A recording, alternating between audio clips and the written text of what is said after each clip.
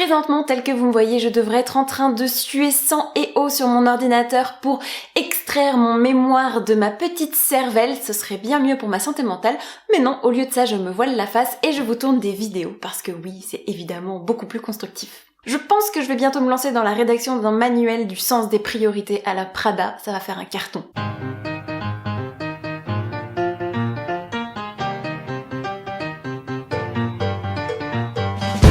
Hello mes petits millefeuilles aux olives, j'espère que vous allez bien, je suis ravie de vous retrouver aujourd'hui pour une nouvelle vidéo sur la chaîne. Et aujourd'hui il va être question de la 42e édition du prix Relais des voyageurs lecteurs. Je pense que vous n'êtes pas sans savoir que Louis Hachette est l'un des premiers éditeurs à avoir envisagé le livre comme moyen de divertissement très rapide et très efficace pour les transports en commun et notamment la voie ferrée qui existait à l'époque. Rassurez-vous tout de suite, je n'ai pas du tout, mais alors du tout l'intention de vous faire un cours d'histoire, mais sachez juste que c'est à cette époque-là du coup qu'est née la notion de roman de gare qui n'était pas du tout péjoratif puisque ça désignait ces romans assez courts et peu chers qui étaient mis à disposition des voyageurs pour les divertir pendant leur trajet. Ça fait donc 42 ans que depuis un jury est constitué chaque année pour essayer de brasser un peu toute cette production éditoriale, en tirer 5 romans en particulier et c'est ceux que je vais vous présenter aujourd'hui puisque vous avez la possibilité, vous, en tant que lecteur, de voter pour le finaliste qui décrochera du coup le prix. Et ces 5 romans en question, ils sont juste là. En toute franchise, j'ai pas eu le temps de lire les 5 bouquins de la sélection, mais ça ne m'empêchera pas d'aller voter sur le site. Et ça ne doit pas vous arrêter non plus parce que je vais quand même vous les présenter brièvement et vous avez jusqu'au 7 juin pour élire votre petit favori, celui qui a éveillé votre curiosité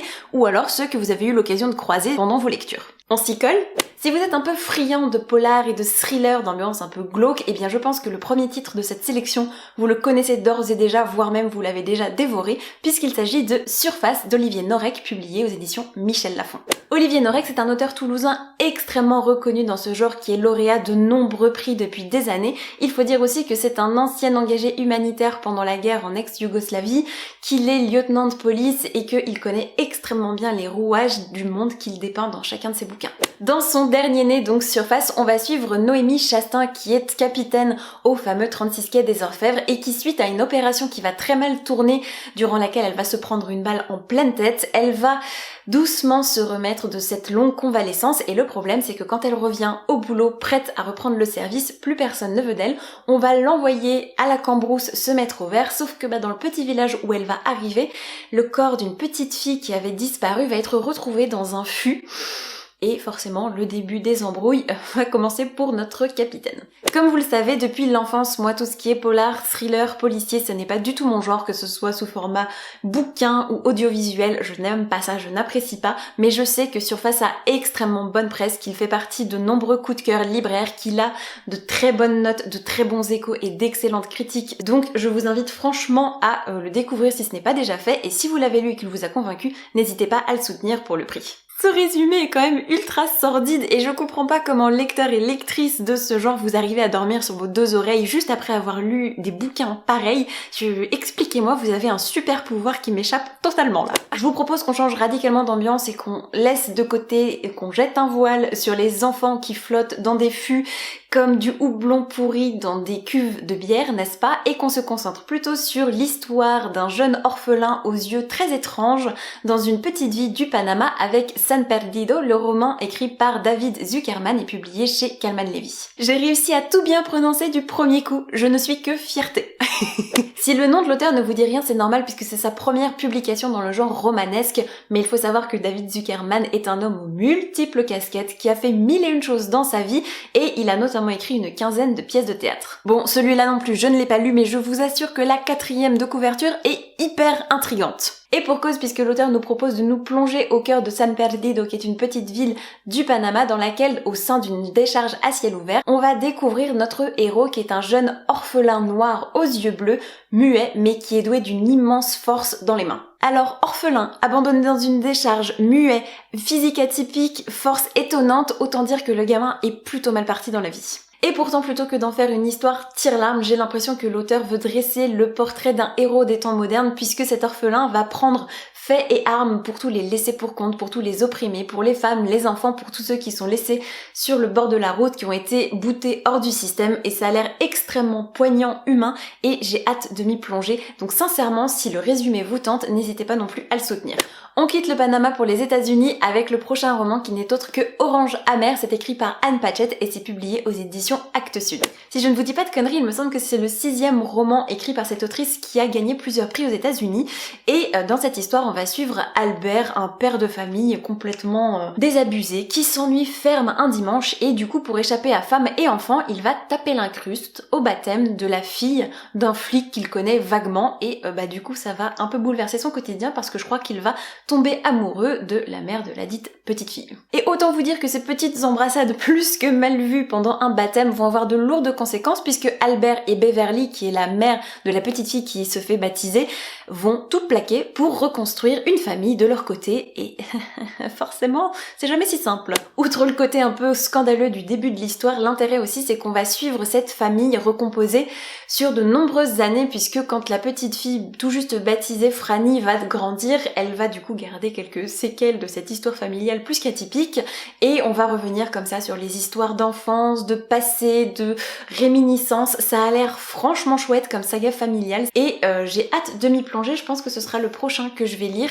et voilà, une fois n'est pas coutume, si jamais ce résumé vous a intrigué ou que ce bouquin vous a déjà passé entre les mains, n'hésitez pas à aller lui donner un petit coup de pouce. C'est terrible parce que j'ai l'impression d'être une lobbyiste ou une engagée politique qui vous invite à être de bons citoyens et à aller aux urnes, mais non, en fait j'ai juste envie de soutenir un prix littéraire qui est hyper sympa et qui change de l'éternel Renaudot ou de l'indémodable Goncourt, et en plus de ça vous pouvez avoir des contreparties hyper chouettes en votant. Votre vote met automatiquement votre nom dans l'urne pour tenter de décrocher un séjour à Séville. Votre participation vous permet également d'avoir 5% de réduction sur les bouquins dans tous les relais de France. Et cerise sur la pomponnette, chaque participation permet de reverser 1 € à Bibliothèques sans frontières, une association qui est quand même vraiment très importante. Donc avouez que tout ça mis bout à bout, ça vous donne quelque chose de plutôt alléchant et je vous mets bien sûr toutes les informations dont vous aurez besoin juste en bas, vous n'aurez plus qu'à cliquer.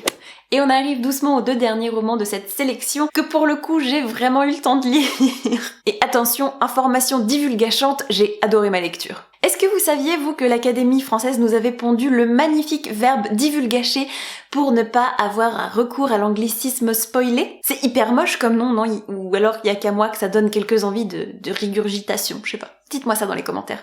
Des fois...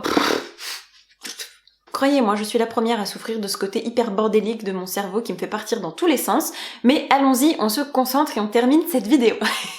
De ces 2 fameux bouquins de la sélection que j'ai lus, eh bien le premier à m'être tombé entre les doigts, il s'agit d'Une femme en contre-jour, c'est écrit par Gaëlle Josse et c'est publié aux éditions Notabilia.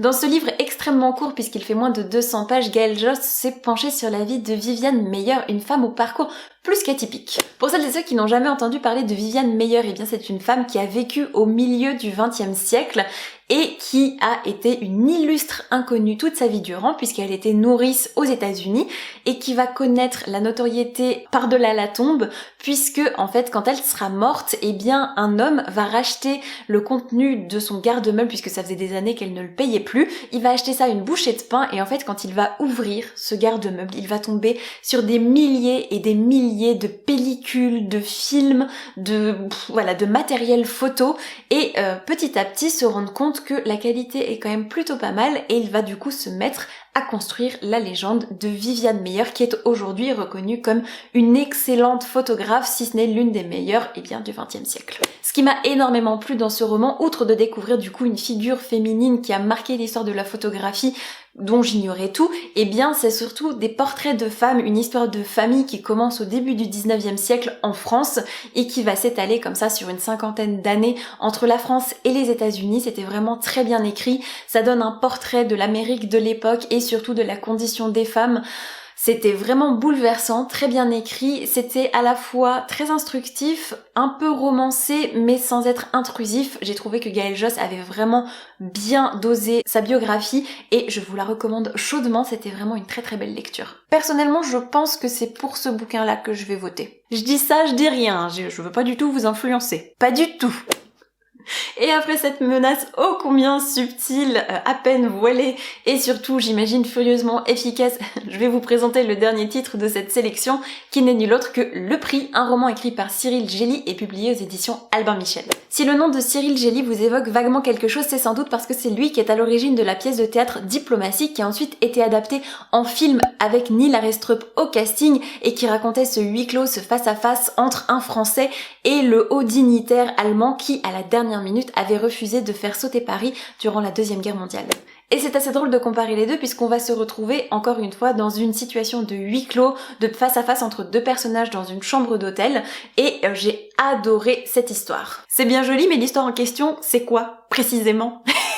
Ce roman va se dérouler durant la journée du 10 décembre 1946, journée durant laquelle Otto Hahn, un éminent chimiste allemand, va recevoir le prix Nobel pour sa découverte de la fission de l'atome. C'est aussi le jour que Lise Meitner, son ancienne collaboratrice pendant plus de 30 ans qui a pourtant dû fuir Berlin en 1938 sous la menace allemande, va choisir pour venir régler ses comptes avec son ancienne amie, mentor et associée.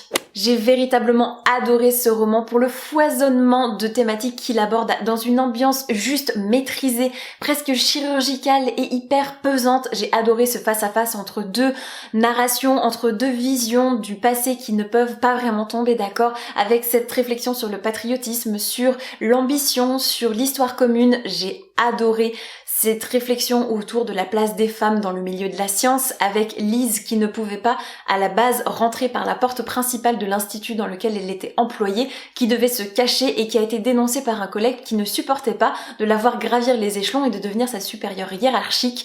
Il y a énormément de thématiques qui sont abordées avec une justesse folle et une élégance remarquable dans ce roman, et j'ai aussi beaucoup aimé le fait que pendant que ces deux-là s'affrontent dans le salon de cette chambre d'hôtel, et bien dans une autre pièce de la suite, Edith, la femme d'Otto, attend, se prépare et réfléchit à sa fonction d'épouse et de la manière dont elle s'est mise en retrait, dont elle a abandonné ses rêves, ses passions pour essayer de devenir l'épouse modèle qu'on essayait de faire d'elle et qui en même temps se bat et essaie de lutter pour garder l'admiration de ce mari qui ne la voit plus vraiment.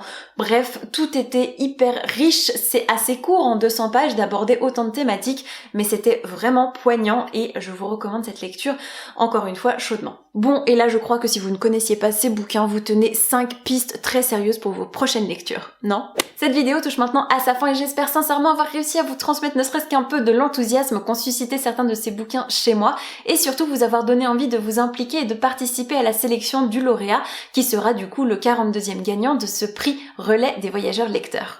Comme d'habitude, je vous invite très chaleureusement à venir discuter avec moi dans les commentaires de ces bouquins, savoir s'ils vous ont donné envie, si vous les avez déjà lus et ce que vous en avez pensé. Bref, je vous attends impatiemment pour papoter lecture. Et en attendant de vous lire, je vous souhaite comme d'habitude de merveilleuses rencontres de papier et je vous dis à très vite pour la prochaine vidéo. Ciao ciao!